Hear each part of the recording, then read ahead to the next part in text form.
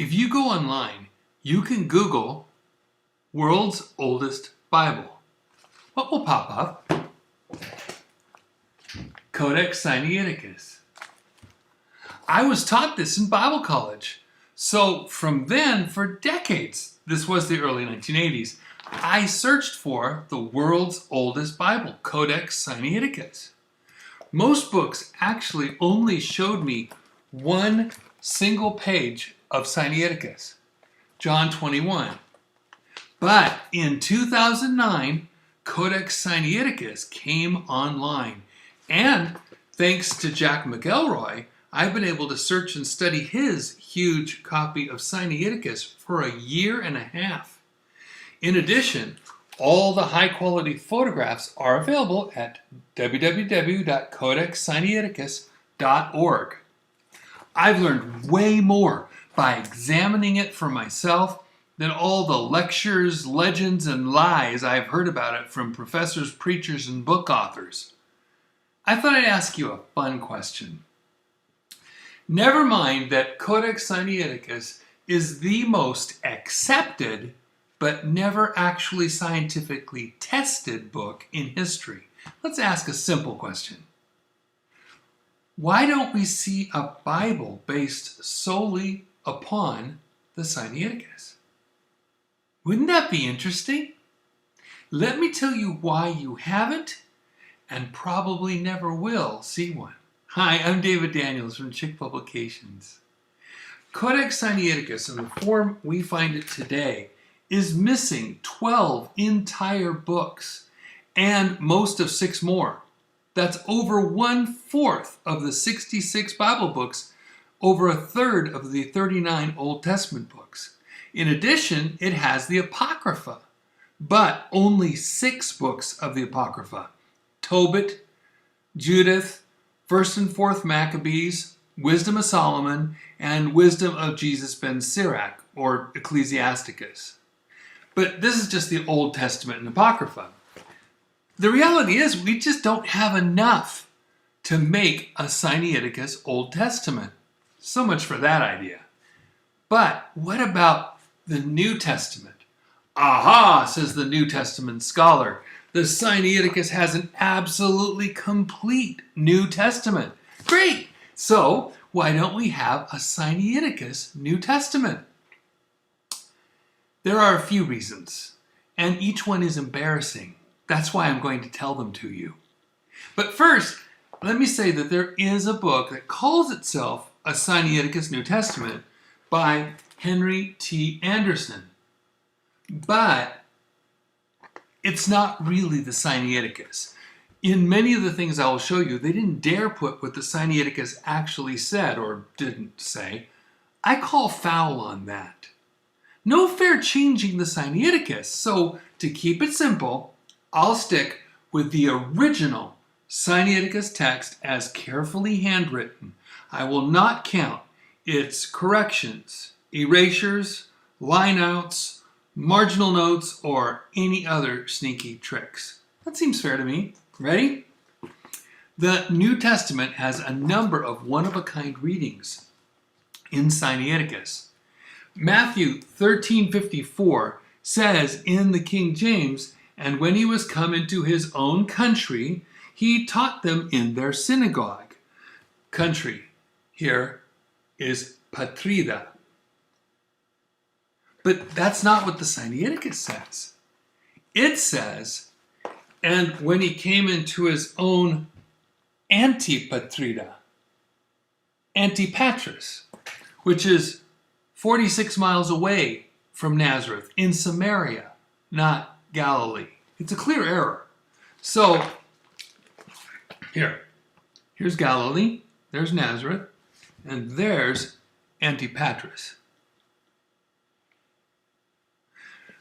So, neither, though, Anderson's Sinaiticus New Testament or even Tischendorf's English New Testament admits that, not even in a note. How about Luke 1:26? The King James reads simply, "And in the 6th month the angel Gabriel was sent from God unto a city of Galilee named Nazareth." Galileus. See the word right there? So Mary and Joseph are from Nazareth in Galilee. Everybody knows that, except the Sinaiticus. The Sinaiticus reads, "Es pollen tes Judaeus Heanoma Nazareth, unto a city of Judea named Nazareth." That will lighten up your Bible study. Even Sunday school kids know that's wrong. But Anderson and Tischendorf didn't admit it, not even in a note. Let's kick it up a bit. John 7:53 to 8:11, the story of Jesus and the woman caught in adultery, is completely missing from Sinaiticus. See, on the same line, it goes from John 7:52 to 8:12. But Gutless, Anderson, and Tischendorf both stuck those 12 verses into their New Testaments. Why? If Sinaiticus is oldest and best, if Sinaiticus is so good, put your money where your mouth is. Remove John 7:53 to 8:11 from your Bible. And while you're at it, be honest. Remove Mark 16:9 to 20. Don't fudge and write it in italics or put a bar or a bracket around it. Don't write some big explanation. Just remove the resurrection appearances of Christ in Mark 16. But they won't sell you a New Testament without those 24 verses, even though they are missing from Sinaiticus. What about the important words of Luke 24:51? "And it came to pass, while he blessed them, he was parted from them and carried up into heaven. Kai anafareto eston urano." The words "and was carried up into heaven" are actually not in the original writing of Sinaiticus. See? They're added in a note later at the top.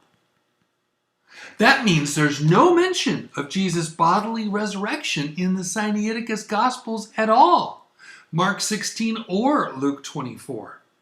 So the only mention in Sinaiticus of Jesus' bodily ascension into heaven is in Acts 1, verses 2, 10, and 11. Scholars have used this to argue that Jesus didn't actually ascend at all. Like my old professor, Bob Shaper at Fuller, said, if you had a Polaroid camera, you wouldn't have seen Jesus ascend into heaven. Despite the fact, of course, that the real scriptures say that is exactly what he did. Did he base his disbelieving Jesus' ascension because of Sinaiticus? Then, these unbelieving scholars make up a three-step argument using Sinaiticus and their own evolutionary theory about the gospel. 1. Even though history says the order the Gospels were written was Matthew, Mark, Luke, and John, just like all the Bible manuscripts and even Origen. These scholars made up the lie that Mark came first. 2. Since Sinaiticus Mark doesn't have the resurrection or ascension in 16:9 to 20, or Sinaiticus Luke takes out the part of the ascension from 24:51, they made up the lies that Jesus wasn't bodily raised from the dead, and Jesus didn't ascend into heaven. Then they made up the lie that Jesus' resurrection and ascension were added to the gospel later. Then they show that Sinaiticus Mark 1:1 didn't say Jesus was the Son of God. But Sinaiticus still says God calls Jesus my beloved Son, in whom I'm well pleased, in verse 11. So based on Sinaiticus Mark 1, they stated the lies that Jesus was only a man, God adopted Jesus as his son at his baptism, On top of the lies that Jesus wasn't bodily raised from the dead and he didn't ascend into heaven. Brothers and sisters, that's what some text critics claim is original Christianity. So because of the textual critic Constantine Tischendorf claiming Sinaiticus was the world's oldest Bible, and people accepted it without thinking twice, there came the false doctrine that Jesus was an ordinary man, adopted by God as his son at his baptism, who was killed and buried, but who wasn't raised from the dead and wasn't ascended into heaven. Would you buy a real Sinaiticus New Testament now? Now for some good news. Codex Sinaiticus is a fake, a phony, a fraud, and over the past year I've learned that it was actually created between 1839 to 40 and was probably edited up through 1843. Eyewitnesses originally saw it as white. Some white pages are still in Leipzig, and you can see them online marked LUL on codexsinaiticus.org. The rest of it was colored. That's the very next page. The rest of it was colored to make it look old, probably about 1853. You can see that marked BL for British Library. So, the world's oldest Bible isn't. You don't have to place your faith in the Codex Sinaiticus. It's not the world's oldest Bible, but it is part of the world's biggest fraud. One book I wrote that's coming out soon deals with that. The next book will go into detail about who made the Sinaiticus, where, when, and why. Guys, don't let them tear down your faith with a flaky fake. Grab hold of the rock in English, the King James Bible, and don't let it go. God bless you and have a wonderful day.